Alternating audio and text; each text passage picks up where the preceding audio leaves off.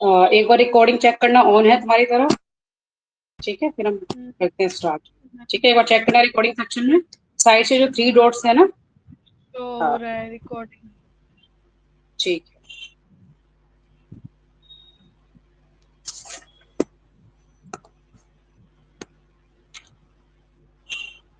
White board दिख रहा है?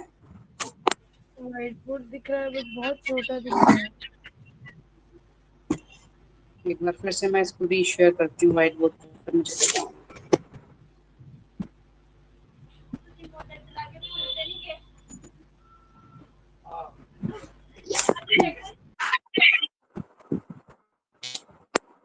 अब दिख रहा है? फुल स्क्रीन में दिख रहा है? हेलो, हाँ जी व्हाइट बोर्ड मैम अब दिख दिख रहा रहा है? है। व्हाइट बोर्ड ठीक दिख है, रहा है बट ठीक। स्मॉल दिख रहा है। अब देखना तुमने पूरा फुल स्क्रीन कर रखा है कि नहीं, एक बार चेक करना अपने में, क्योंकि मैं तो फुल कर दिया है। अच्छा देखती हूँ। हाँ एक बार फुल तो स्क्रीन एक बार चेक करो अपना, ठीक है, क्योंकि इसकी जो रिकॉर्डिंग वगैरह है वो तो सिस्टम पे भी ओपन हो जाएगी, लैपटॉप पे भी ओपन हो जाएगी, बस हमें अभी क्या है कि उसका वर्क नहीं कर रहा था, तब तक हम लैपटॉप पे इसको कर लेते हैं फोन पे। नहीं, मैंने लैपटॉप पे स्टार्ट किया, वो हो गया बाद में। वो मैंने डायरेक्ट किया। अच्छा, अब दिख रहा है? जूम करके हाँ दिख देखना, रहा ठीक है। है। ठीक है, तो वही कर फर्स्ट रही हूँ। टॉपिक है हमारा।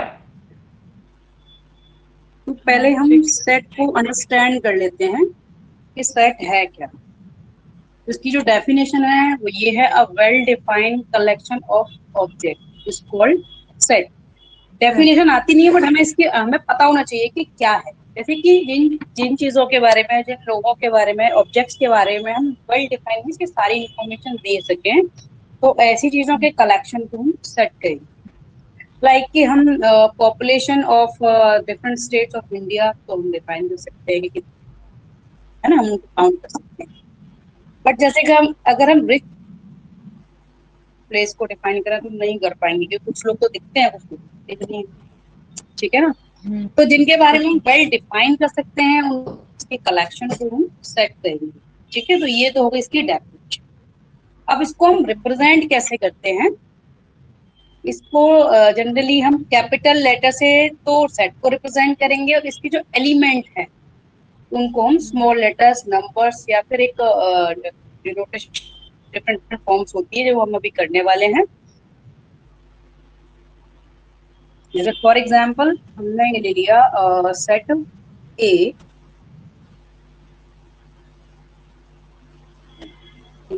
ए ई आई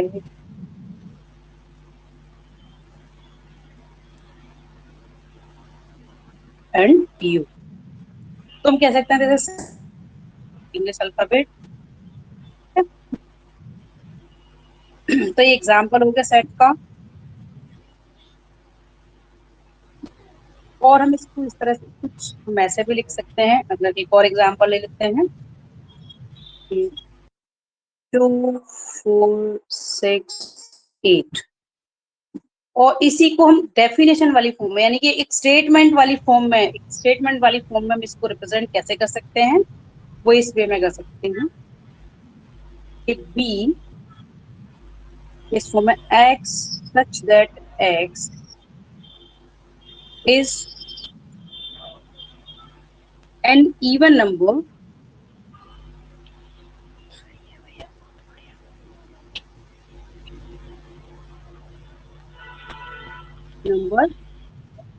less than or equal to 8। एक तो हम इस फॉर्म में लिख सकते हैं इसको, ठीक है। यानी कि ये क्या है, x यानी कि कोई भी, ये नंबर्स कैसे हैं कि इवन नंबर्स हैं और लेस देन और इक्वल टू 8। ठीक है। और हम इसको ऐसे भी लिख सकते हैं, जो सेट होल्डर फॉर्म में अभी हम करेंगे different different types, x such that x फिर is an even number same as this here, और फिर लेस देन और इक्वल टू एक्स प्लस 15, ये सेम ये स्टेटमेंट यहाँ पर, ठीक है। तो ठीक है। ये तो हो गया इसकी रिप्रेजेंटेशन, ठीक। अब हम आगे बढ़ेंगे, तो ये जो नंबर्स या फिर ये लेटर्स हैं, इन्हें हम इनके एलिमेंट्स कहेंगे और ये सेट को डिनोट करें क्या, ठीक है। या एलिमेंट्स कभी कैपिटल में नहीं होंगे, ऑलवेज स्मॉल होंगे, या फिर ये मीन्स के लेटर्स हो सकते हैं, नंबर्स, ठीक है, या फिर स्टेटमेंट हो। ठीक है। अब आते हैं हम टाइप ऑफ सेट।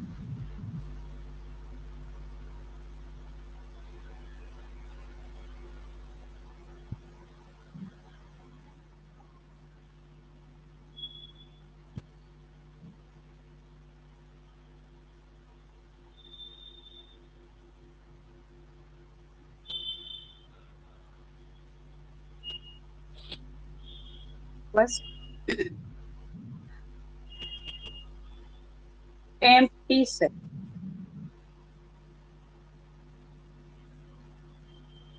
इसको हम इसके रिप्रेजेंट अंदर करेंगे कि हाँ, हाँ कोई भी 5। एलिमेंट नहीं है, बस हाँ, या तो पाई से करेंगे, और या फिर ब्लैंक, इस तरह से, ये जो ब्लैंक ब्रैकेट के अंदर ब्लैंक है, कुछ भी नहीं है, इससे रिप्रेजेंट करेंगे, ठीक।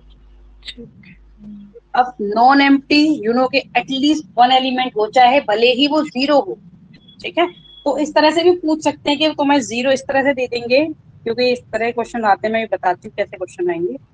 नॉन एम्प्टी,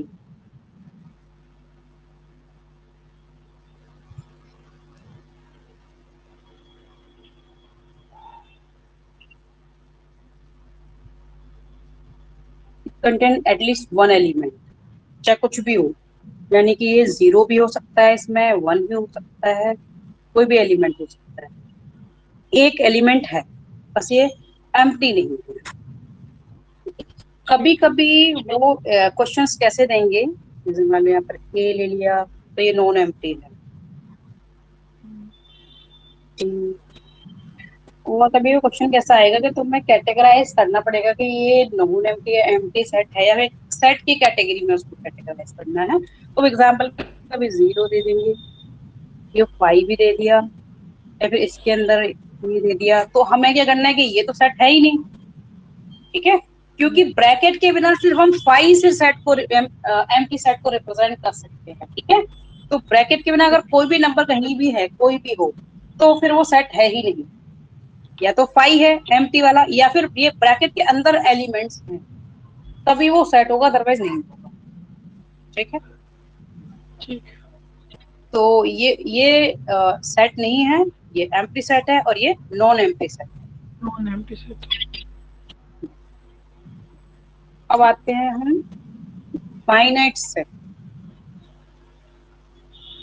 अगर इसमें इसमें फाइनाइट। नंबर ऑफ एलिमेंट्स हाँ फाइनाइट है, तो ये फाइनाइट सेट होगा, अदरवाइज अगर इनफाइनाइट है तो इनफाइनाइट। Finite set. तो फाइनाइट सेट में क्या है कि जैसे एक हमने सेट ले लिया, अभी हमने ले लिया ए ई आई ओ यू वाला लिया था, तो फाइनाइट है, ऑब्वियसली फाइव एलिमेंट्स है इसमें, है ना। अगर हम ये काउंटेबल। लेके सेट ऑफ नेचुरल नंबर, तो वो फाइनाइट ही नहीं है, अप टू सो वन यानी कि इन्फिनिटी तक है, तो वो इनफाइनाइट सेट हो गया, ठीक है। वो इनफाइनाइट सेट हो गया, फाइनाइट सेट नहीं होगा। या तो कोई उसकी बाउंड्री हो, जैसे हमने भी ये पहला एग्जांपल यहाँ पर लिया था, तो ये तो फाइनाइट सेट था, ठीक है, इवन नंबर है बट लेस देन और इक्वल टू 8 है, तो ये 8 है। फाइनाइट सेट है। अगर हम सिर्फ ये बात करेंगे सेट ऑफ नेचुरल नंबर या सेट ऑफ इवन नंबर भी कहते हैं, तो क्या हो जाएगा, वो इनफाइनाइट हो जाएगा, ठीक। ठीक है। और अब सिमिलरली हमारा आ जाएगा इनफाइनाइट और फाइनाइट, हमने यहाँ पे जान लिया, तो मैं यहीं पे लिख देती हूँ फाइनाइट एंड इनफाइनाइट सेट, यहीं पर, क्योंकि हमने एक साथ इसकी डेफिनेशन कर ली।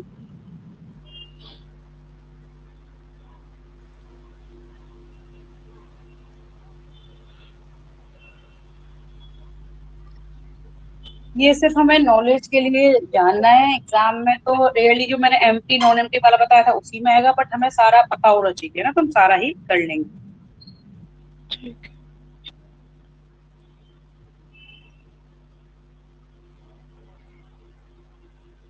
और ये फाइनाइट में समझ जाना, मैं एक एक वर्ड लिख रही हूँ, समझ जाना। और इनफाइनाइट का एक एग्जाम्पल ले लेते हैं।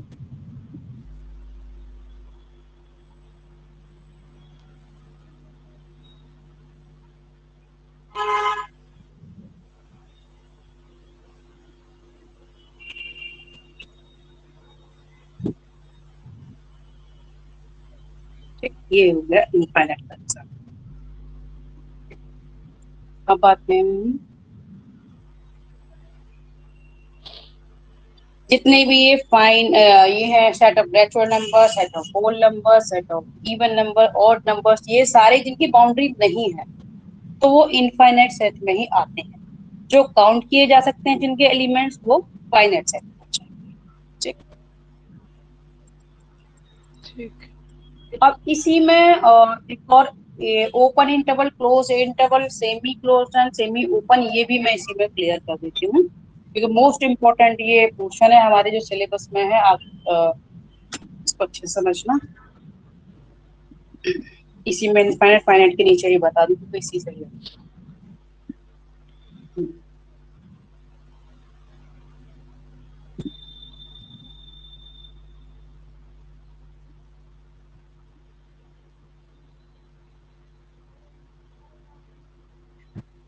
ओपन इंटरवल क्या है कि ये बोथ साइड से ओपन है, यानी कि कोई भी हमने एलिमेंट लिया x,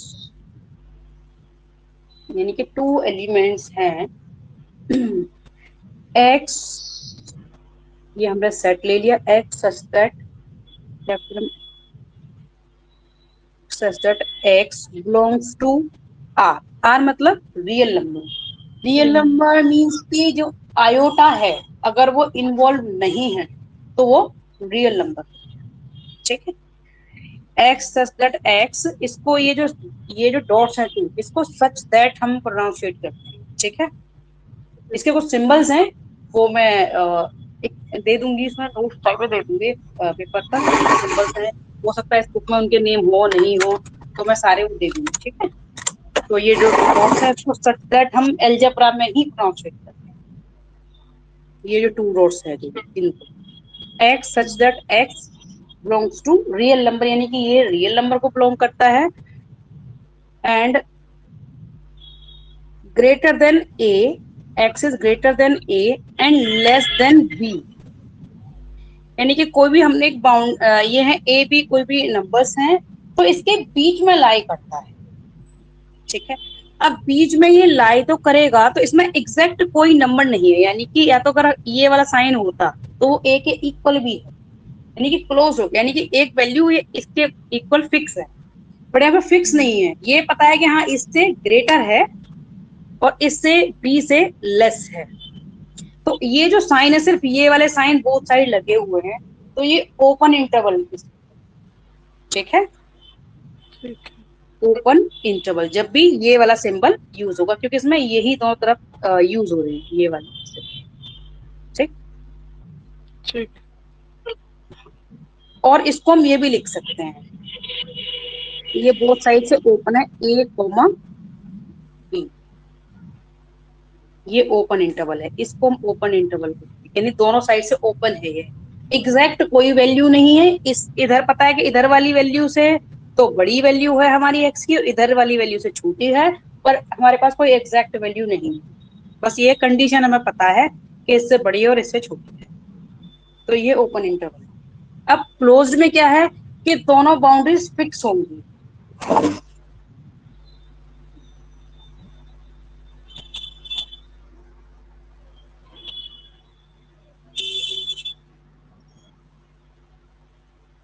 इसमें रिकॉर्डिंग बहुत अच्छी अवेलेबल रहती है, बाकी जी मीट वगैरह जूम पे बहुत प्रॉब्लम होती है, और डेली ही इसी को सिर्फ जस्ट गो लाइव पे क्लिक करना है, ना डेली कोई लिंक चाहिए, इसमें सेम लिंक ही काम करता है। ठीक है। इसलिए मैं टीचमेंट पर ही लेती हूँ सभी क्लासेस।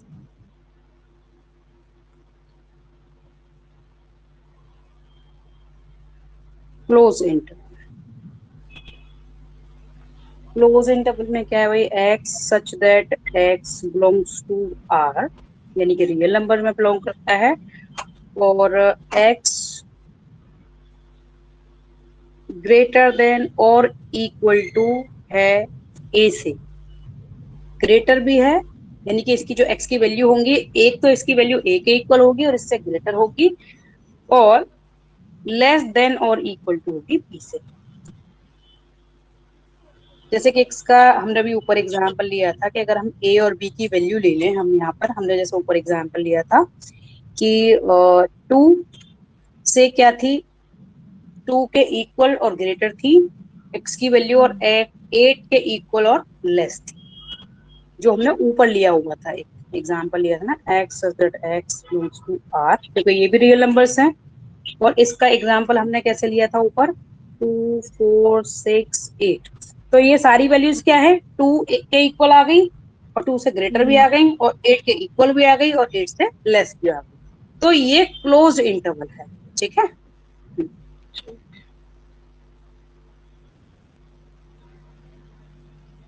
सेमी क्लोज में क्या होगा कि एक साइड से ओपन होगा और एक साइड से क्लोज होगा, यानी कि कोई भी एक, या तो अपर लिमिट, हाँ एक चीज और कि इधर वाली जो है इसको हम कहेंगे लोअर लिमिट, इधर जो है नंबर, और ये है अपर लिमिट। ठीक है, तो उसमें क्या है, चाहे तो लोअर लिमिट हो या अपर लिमिट हो, कोई भी एक फिक्स होगी, एक ही फिक्स होगी बस सिर्फ, यानी कि लेस देन और इक्वल टू हो सकता है या फिर ग्रेटर देन और इक्वल टू, सिर्फ एक ही होगा। यहाँ पे तो दोनों है हमारी बाउंड्री, लेकिन वहां पे सिर्फ एक ही होगी, तो वो सेमी क्लोज कह सकते हैं इसको, या फिर सेमी ओपन भी कह सकते हैं। ठीक है, ठीक ठीक। दोनों का मीन्स एक ही है, सेमी क्लोज भी कह सकते हैं और सेमी ओपन। हाँ, because half open half close हो हाँ, गया ना वो।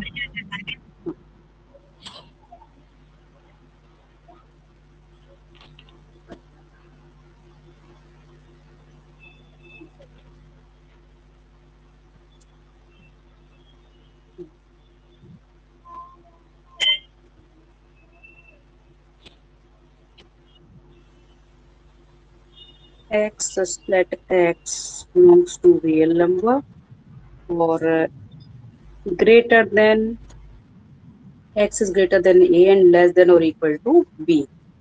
या फिर इसका एक ये भी एग्जांपल हो सकता है कि x such that x belongs to r and x is greater than or equal to a and less than b। तो ये दोनों ही सेमी ओपन या सेमी क्लोज इंटरवल। ठीक, नेक्स्ट टॉपिक है, ये समझ आ गया। हाँ जी। हम आगे बढ़े। यस। ठीक, अब आते हैं इक्वलिटी ऑफ सेट्स।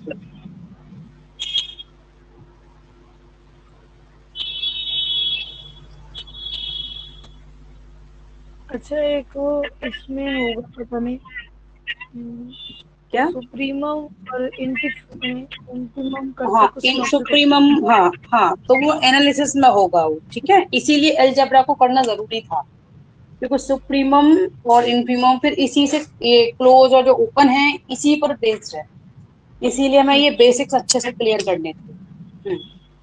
ठीक।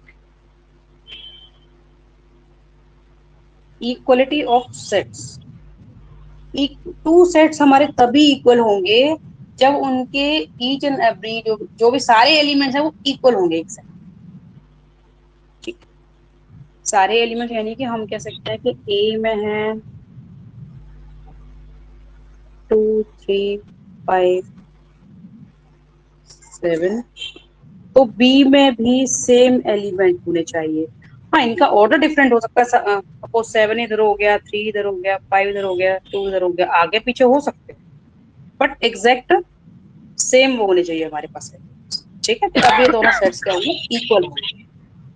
इसके अंदर ये नंबर्स भी सेम होने चाहिए या सिर्फ एलिमेंट हाँ, के नंबर नंबर्स भी सेम सेम होने? होने, नहीं नहीं, बिल्कुल एग्जैक्ट सेम होने चाहिए, नंबर्स भी सेम होने चाहिए, तभी इक्वल सेट्स। अच्छा। अदरवाइज अगर सपोज के दोनों में 4 4 एलिमेंट्स हैं बट वो सेम नहीं है, तो इक्विवेलेंट सेट्स होंगे, इक्वल नहीं होंगे। ठीक है, इक्विवेलेंट होंगे ओनली। ठीक।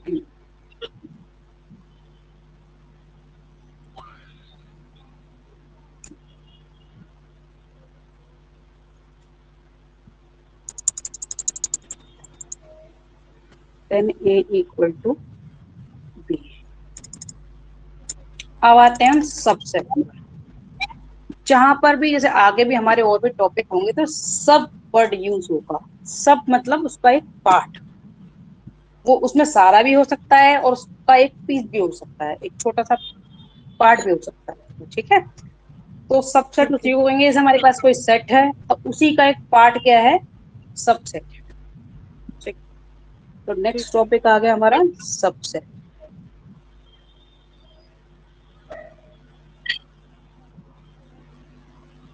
तो देखिए अगर हमारे पास ए है, ए ई आई, हम एग्जांपल कोई और भी ले सकते हैं, नंबर्स का भी ले सकते हैं। और बी आ गया हमारे पास, यानी कि अगर हमारा बी सबसेट है तो बी के सारे एलिमेंट ए के अंदर होने चाहिए, तभी वो उसका सबसेट होगा। ठीक, यानी कि अगर हमारा है ये ई और यू है इसके लिए, तो हम क्या कह सकते हैं कि B is the subset of A. ठीक, ठीक है। और अगर इसमें सारे के सारे यानी कि बी में भी सारे एलिमेंट्स ऐसे हो तो हम ये वाला यूज करते हैं, इक्वल वाला लगाते हैं। ठीक है, क्योंकि अगर सारे एलिमेंट्स बी में होते यानी कि यहाँ पर ए ई आई ओ यू ही यहाँ पर होते, तो हम क्या करते ऐसे हैं, फिर तो सारा इक्वल वाला भी साइन आ जाता है, ये सबसेट का साइन है ये वाला। और अगर इसके साथ नीचे इक्वल का भी लगा लेंगे, इट मींस कि बी में सारे एलिमेंट्स हैं जो ए में है। ठीक।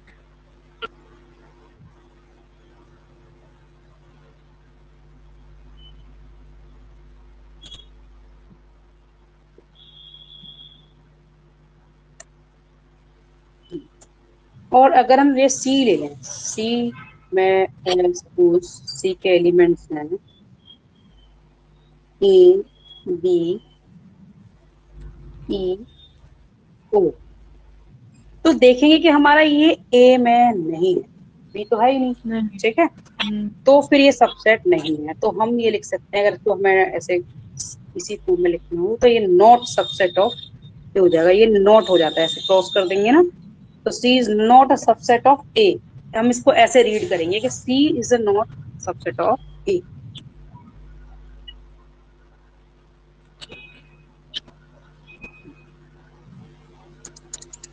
अब आते हैं कि टोटल नंबर ऑफ सबसेट कितने हो सकते हैं किसी भी सेट के, उसका एक फॉर्मूला है, और मैं वन बाय वन अभी सिखा देती हूँ। और फाइव सभी का सबसेट होगा ही होगा, क्यों, क्योंकि कुछ हो ना हो फाइव तो सबके अंदर है ही। ठीक है, ठीक है। इसलिए फाइव सभी का सबसेट होगा। तो अब हम किसी भी सेट के टोटल नंबर ऑफ सबसेट कैसे फाइंड करेंगे वो मैं बता देती हूँ, फिर एक छोटा सा फॉर्मूला है, उससे हम नंबर ऑफ सबसेट फाइंड कर सकते हैं। हमने ले लिया कोई भी सेट ले लिया, अब यहाँ पे हम लिखेंगे number of subsets.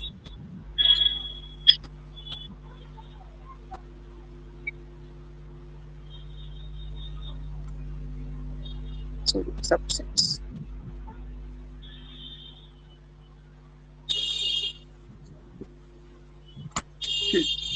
Let A is equal to 1 2 3, ये हमने लिया। अब इसके सबसेट्स क्या क्या हो सकते हैं, तो इनको हम लेंगे। और इसी से फिर हमारा एक और टॉपिक आएगा, पावर ऑफ सेट। यानी पावर ऑफ सेट क्या होगा कि सारे सबसेट्स का जो सेट होगा that will be power of set. ठीक है, तो वो भी सबसेट एंड, यहीं पर यहीं पर लिखते हैं subsets and power of set,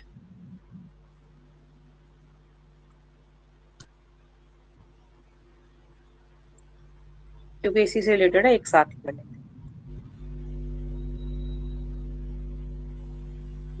तो पहले हम इसके सबसेट्स फाइंड कर लेते हैं। तो एक तो हमने ले लिया A1, हम 5 से स्टार्ट करते हैं, या पहले भी ले सकते हो, कहीं भी लास्ट में भी ले सकते हो। ठीक है, लास्ट वाले को भी तुम 5 ले सकते हो या बिगनिंग में भी ले सकते हो। तो A1 हमने ले लिया पहले, चलो एक एलिमेंट ले लिया यानी कि 1 को ले लिया। ठीक है, A2 यानी कि दूसरा सबसेट हो गया, 2 को लेके सिर्फ। तीसरा वाला ले लिया हमने A3 को ले लिया, सिर्फ एक थर्ड 3 को लेकर के लिया। ठीक है, A4 ले लिया हमने, दो दो एलिमेंट लेकर, ठीक है, टू टू एलिमेंट्स यानी कि 1 और 2 ले लिया। और नेक्स्ट ले लेंगे हम A5, यानी कि ये ले लिया हमने 2 एंड 3 लेकर कर लिया इसको। फिर A6 ले लेंगे हम 1 एंड 3 को लेकर, 2 2 का पेयर बन गया सभी ऑल पॉसिबल जो भी थे, ठीक है। पहले 1 1 के तीनों ले लिए, फिर 2 2 करके ले लिए। अब नेक्स्ट A7 में एक साथ तीनों आ गए, यानी कि 1 2 3, ये भी एक इसका सबसेट हो सकता है। अब एक A8 यानी कि 5, तो ये इसके ऑल पॉसिबल सबसेट्स हो गए, ठीक है। ये हो गए 1 1 एलिमेंट को लेकर, ये हो गए 2 2 एलिमेंट्स को लेकर, और ये ऑल 3 को लेकर हो गया, और एक हो गया 5। तो ये टोटल नंबर ऑफ सबसेट हो गए, इससे ज्यादा नहीं हो सकते, ऑल पॉसिबल हमने ले लिया, ठीक। अब इसका एक फॉर्मूला है कि जैसे हमें सबसेट्स दिखाने नहीं है कि कौन कौन से हैं, सिर्फ नंबर ऑफ सबसेट्स फाइंड करने हैं, तो उसका ये फॉर्मूला है।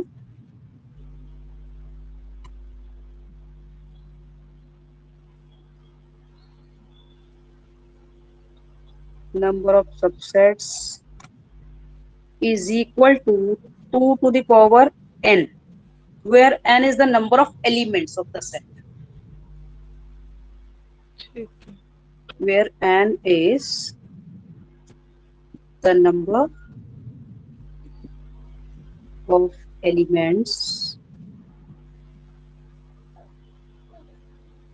of the set।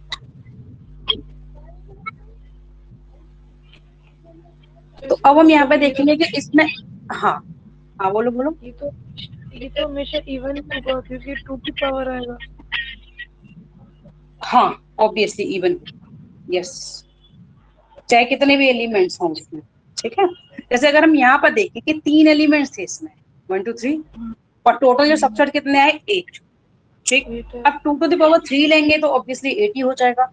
तो कभी कभी जैसे हमसे कोई सबसेट मिस हो गया, तो हम इस फॉर्मूले में पुट करके देख सकते हैं कि हमारे टोटल नंबर ऑफ सबसेट्स इतने जितने होने चाहिए वो आ गए या नहीं आ गए, या फिर कोई मिस हो गया है, ठीक। अब आते हैं पावर ऑफ सेट, क्या है कि सारे सबसेट्स को लेकर जो सेट बनेगा वो हम उसको पावर ऑफ सेट, ठीक है। और इसको ऐसे डिनोट करते हैं हम, कभी कभी फाइंड करने के लिए आ सकता है पावर ऑफ सेट। इसको हम अगर सेट हमारा ए है, ठीक, सेट ए है तो इसको पी ए से डिनोट करेंगे, सेट बी है या टी है तो उसको पी पी या फिर टी से डिनोट करेंगे, यानी कि पी को यहाँ लेंगे और जो भी सेट है उसको हम यहाँ लिख देंगे, ठीक है। और इसमें सारे सबसेट्स को लिख देंगे, सारे सबसेट्स, पहला पहला वाला क्या था, यानी कि जितने भी ऑल पॉसिबल थे सारे यहाँ पे लिख देंगे, वो सेट वाली फॉर्म में ही लिखे जाएंगे। यानी कि पहला 1 का था, फिर 2 का था,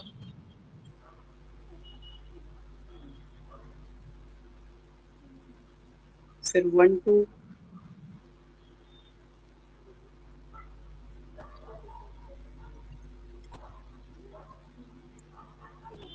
फिर 1 3, और 1 2 3। ये ब्रैकेट ये वाला है एक्चुअल में, पर तुम इसको समझ जाना है ना, सेट का जो ब्रैकेट होता है ना ये वाला, वो तो हमने ऐसे इसमें रफली लिख दिया है, तो एग्जैक्ट तो तुम्हें पता ही है कि सेट का ही।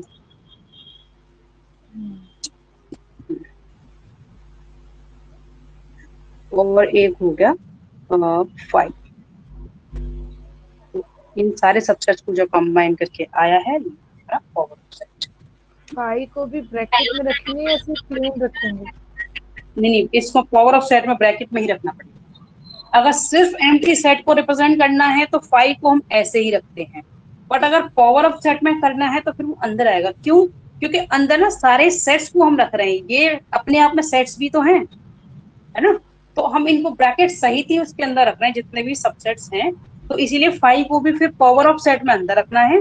अदरवाइज सिर्फ एम्प्टी सेट को रिप्रेजेंट करना है तो बाहर अलोन रखना है, ठीक है। तो इसमें कंफ्यूज नहीं होना है। अब आते हैं हम वेन डायग्राम। ये सारा समझ आ गया अब तक जो भी किया है हमने? आ गया।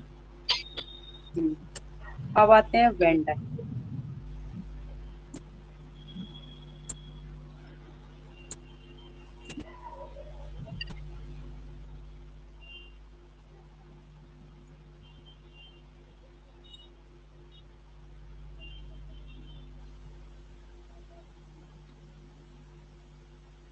वेन डायग्राम में अभी बुक के इससे चल रही थी, बट वेन डायग्राम पहले ऑपरेशंस के बाद करना चाहिए। ठीक है, मैं ऑपरेशंस के बाद करवाती हूँ उसको, क्योंकि फिर यूनियन एंड इंटरसेक्शन तो फिर रह ही जाएगा उसमें, वेन डायग्राम कैसे करूँ। पहले हम ऑपरेशंस कर लेते हैं, उसके बाद लास्ट में फिर वेन डायग्राम, क्योंकि सभी में इन्वॉल्व होता है ये, यूनियन एंड इंटरसेक्शन कॉम्प्लीमेंट सभी में यूज होगा। बट इस बुक में पता नहीं क्यों पहले देता। चलो ठीक है, हम अपने अकॉर्डिंग करते हैं। ऑपरेशंस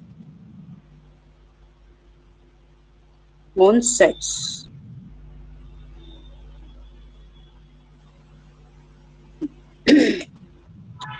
यूनियन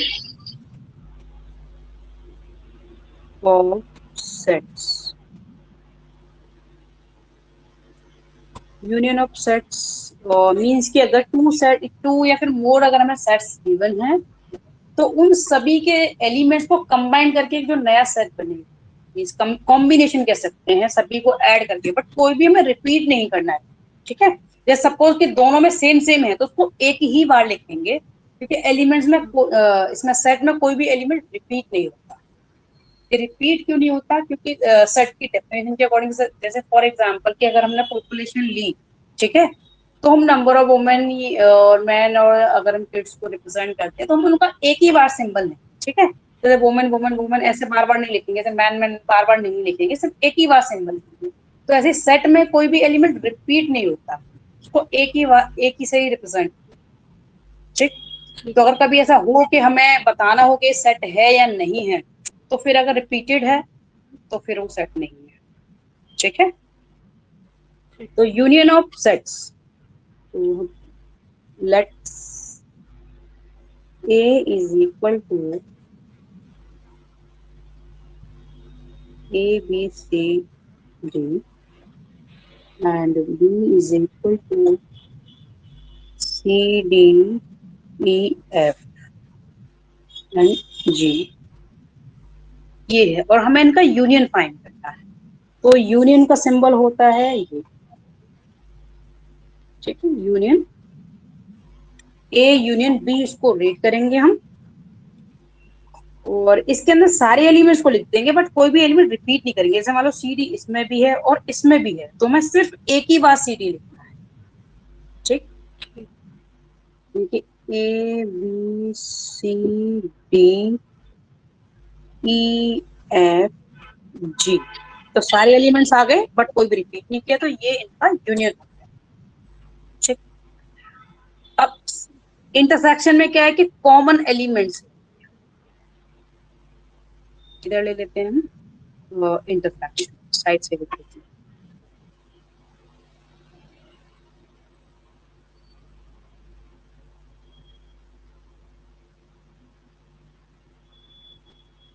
ऑफ सेट्स, तो अगर हम इन दोनों की बात करें कि दोनों में कॉमन क्या होगा, तो दोनों में कॉमन क्या है, सी एंड डी कॉमन है, तो यही इनके इंटरसेक्शन में आ जाएगा, क्योंकि इंटरसेक्शन मींस कि हमें जो भी कॉमन एलिमेंट्स हैं वही लिखेंगे। अगर कोई भी कॉमन एलिमेंट नहीं है तो इंटरसेक्शन क्या हो जाएगा, 5 हो जाएगा। ठीक, क्योंकि कुछ ना कुछ कॉमन ही नहीं है, तो उसमें आएगा ही नहीं कुछ भी, या तो 5 लिख दो या फिर एम्प्टी वाले ब्रैकेट के साथ लिख दो। तो यहाँ पर ए और ये इंटरसेक्शन का सिंबल है, ए इंटरसेक्शन बी, इसको रीड करेंगे, और यहाँ पर आ जाएगा इंटरसेक्शन में सी कोमा डी, जो भी हमने अभी सेट किया। ठीक, तो ये हो गया इंटरसेक्शन ऑफ सेट्स। ये समझ आ गया यूनियन और इंटरसेक्शन। आ गया। ठीक है, अब करते हैं नेक्स्ट टॉपिक, कॉम्प्लीमेंटेशन। ठीक है, या फिर कॉम्प्लीमेंट्स ऑफ अ सेट कह सकते हैं।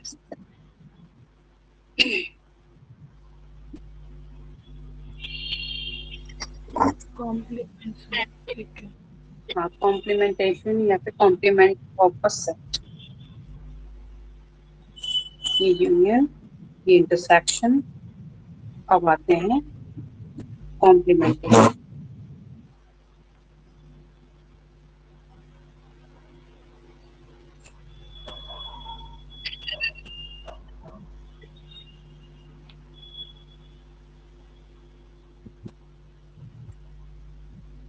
और complement of set.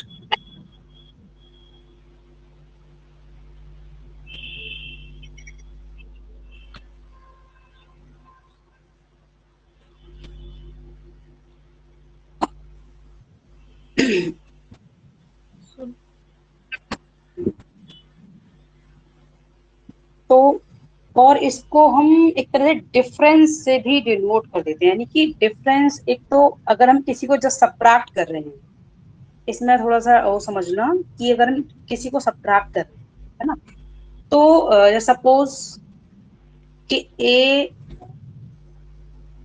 For example मैं सेट नहीं ले रही, एक नॉर्मल एग्जाम्पल ले रही हूँ उसको समझाने के लिए कि डिफरेंस को हम कैसा डिफाइन करेंगे, कि ए हमने ले लिया सपोज 5 और बी हमने ले लिया 3। तो अगर हमने ए माइनस बी किया है तो 2 आ जाएगा, ठीक। और 2 और बी माइनस ए किया है तो -2 आएगा, ठीक है। बट अगर हमने ये माइनस वाला साइन ना लेकर अगर हमने डिफरेंस वाला साइन लिया है, यानी कि ए डिफरेंस बी, तो ये ऑलवेज 2 होगा। इसका मीनिंग ये है कि जो ग्रेटर में से ऑलवेज स्मॉल को ही, ग्रेट में जो भी हमारा ग्रेटर नंबर है उसमें से स्मॉलर नंबर को सब्ट्रैक्ट करना है, ठीक है। ये जो सिंबल है ये डिफरेंस का सिंबल है। हाँ, मतलब ये हमेशा इवन में ही रहेगा, मतलब पॉजिटिव में ही रहेगा। हाँ पॉजिटिव रहेगा। तो ये डिफरेंस का है, माइनस का तुमने ऊपर देख लिया कि जो भी बड़ा हो अगर नंबर के अकॉर्डिंग देख लेंगे, अगर स्मॉलर नंबर में से ग्रेटर को सब्ट्रैक्ट करें तो नेगेटिव आ जाएगा, और ग्रेटर में से स्मॉलर को करेंगे तो पॉजिटिव आ जाएगा। बट ये डिफरेंस वाला ऑलवेज ये अंडरस्टूड है कि हमें ग्रेटर में से स्मॉलर को ही करना है। ठीक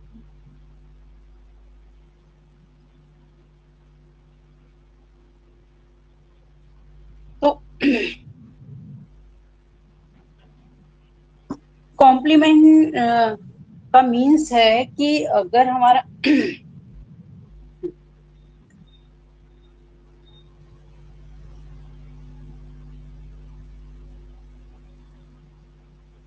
let A and B two sets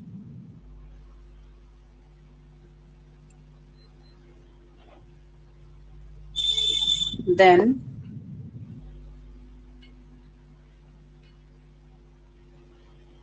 complement of A in B is, इसको हम डिनोट करेंगे कि complement of A in B, तो इससे डिनोट करेंगे हम इसको। और ये इसके इक्वल होगा, इसको हम इस तरह डिफाइन कर सकते हैं कि x belongs to B but ये ए में बिलोंग्स नहीं करता, यानी कि x बी के अंदर तो है बट ए के अंदर नहीं है। x ये बिलोंग्स मीन्स के यू नो वेरी वेल की मीनिंग ऑफ बिलोंग, उसके अंदर है ये, बट यहाँ ए के अंदर ये नहीं है। हम इसको बिलोंग रीड करेंगे, ये जो सिंबल है ना ये वाला, ये वाला ये बिलोंग का सिंबल है, ठीक है। ये कॉम्प्लीमेंट का मीनिंग ये है कि complement of A in B का मीन्स है कि जो एलिमेंट ए बी के अंदर है बट वो ए के अंदर नहीं है, ठीक। सिमिलरली हम कर सकते हैं कॉम्प्लीमेंट ऑफ बी इन ए, तो हम ए को इधर ले लेंगे और बी को इधर ले लेंगे, तो फिर वो ए में होगा और बी में नहीं होगा, ठीक? तो ये तो हो गया कि टू सेट्स हैं आपस में, तो उनको हम इस तरह से डिफाइन कर सकते हैं एक दूसरे का कॉम्प्लीमेंट की फॉर्म में। अब अगर हमारे पास कोई भी यूनिवर्सल सेट है, यूनिवर्सल सेट क्या कि कई सेट्स गिवन हैं और उन सबके एलिमेंट्स हमारे एक सेट में गिवन है, एक बड़ा सा सेट है, तो बाकी के छोटे छोटे सारे सेट्स के जो एलिमेंट हैं वो उस बड़े सेट के अंदर है, तो उसको हम यूनिवर्सल सेट कहेंगे उन सेट्स का, ठीक है। वो उन सेट्स का, छोटे वाले सेट्स हैं उनका यूनिवर्सल सेट, ठीक। तो अगर अब हमें कॉम्प्लीमेंट फाइंड करना है किसी भी एक सेट का, कोई भी छोटे छोटे जो सेट्स थे हमारे पास कई सारे, तो उनमें से किसी भी सेट का अगर कॉम्प्लीमेंट फाइंड करेंगे तो वो कैसे करते हैं वो यहाँ मैं बता। ये तो अपने आप में छोटे छोटे जो भी सेट्स थे जैसे भी छोटे बड़े तो उनमें एक दूसरे का फाइंड करना था, तो हम इस तरह से कर सकते हैं कि complement of any set in another set, तो हम ऐसे डिफाइन कर देंगे कि एक में है लेकिन दूसरे में नहीं है। अब हम यूनिवर्सल सेट के साथ करते हैं, ठीक। Let universal set U is equal to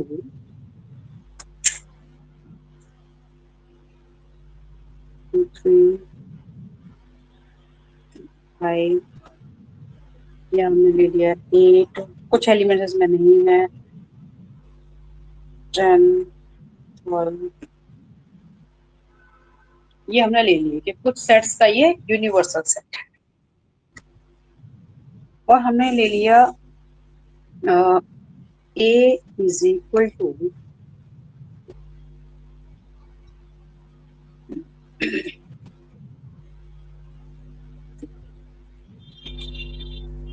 4, 5, 10, ये। अब हमें इसका कॉम्प्लीमेंट फाइंड करना है, ठीक है। जो इसमें तो ठीक है वो हाँ हाँ, तो ए तो कोई भी सेट आ गया, तो अब हम फाइंड करें कॉम्प्लीमेंट ऑफ ए, तो इसको डिनोट करेंगे हम ए डैश से, और ये क्या हो जाएगा कि यू डिफरेंस ए, यानी कि वो सारे एलिमेंट्स ले लेंगे कि जो यू में है बट ए में नहीं है, यू में तो है वो बट ए के अंदर नहीं है, वो हमें सारे एलिमेंट्स लेने हैं। तो कौन कौन से ले सकते हैं हम? 4, 5, 10 को छोड़ के बाकी सारे एलिमेंट ले लेंगे, क्योंकि 4, 5, 10 किसके एलिमेंट है? ए के एलिमेंट है, बट हमें ये नहीं लेने है ना, बाकी के सारे एलिमेंट्स ले लेंगे, तो वही कॉम्प्लीमेंट ऑफ ए हो जाएगा।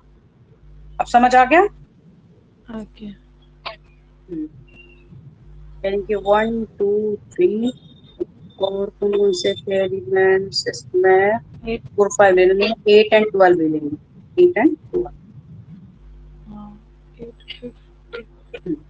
तो ये हो गया हमारा कॉम्प्लीमेंट ऑफ ए। ऐसे ही किसी और भी सेट के लिए कर सकते हैं, बस हमें आप अंडरस्टैंड करना था।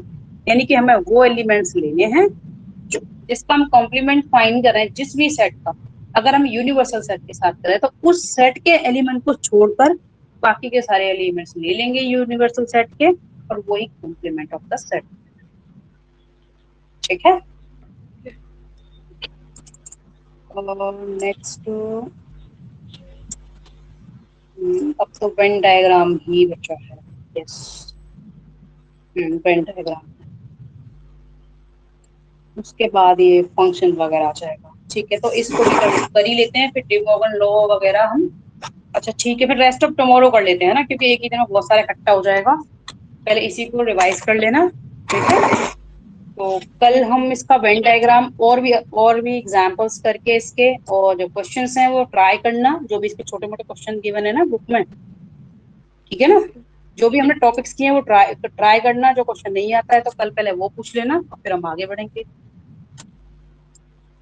ठीक है। और ये जो मैंने आपको MP03 की बुक भेजी थी ना, GPH वाली, इसका तो फर्स्ट चैप्टर रियल नंबर है। देखो मेरे पास है, मैंने इसको ओपन किया है, 1 सेकेंड। हो सकता है कि इसमें मैं देखूंगी, देखती हूँ एमटीई की ना, हाँ ये जी। अलजेब्रा के लिए किसी की, मुझे 1 सेकंड में देखती हूँ, मुझे एमटीई देखना है। इसमें मैंने यही डाउनलोड किया है, यस। पहला वाला अलजेब्रा है, MT03, तो ये अलजेब्रा ही चल रहा है। यस, चेक करना, ये जो मुझे मेल में सेंड किया है तो वो यही है। इसमें ब्लॉक 1 ये अलजेब्रा है, ब्लॉक 2 कैलकुलस है, ब्लॉक 3 प्रोबेबिलिटी है, और ब्लॉक 4 ये स्टैटिस्टिकल इन्फेरेंस है, ठीक है, ये ठीक है। चारों इसकी वो अब ये, है। हाँ, वो रियल नंबर्स वगैरह जो है, जो वो शायद एनालिसिस में होगा, क्योंकि वो टॉपिक्स उसी के हैं। बट एनालिसिस करने से पहले अगर हमें हमारा अलजेब्रा बहुत अच्छे से आना चाहिए, तभी हम उसको अच्छे से कर सकते ठीक है। हैं। ठीक है, फिर इसको रिवाइज करना, और जो इसके क्वेश्चन दे रखे हैं वो ट्राई करना, ठीक। बेस्ट ऑफ, आपको तो मैं समझ आ ही गया, तो टुमारो फिर हम डायरेक्टली स्टार्ट कर ही लेंगे।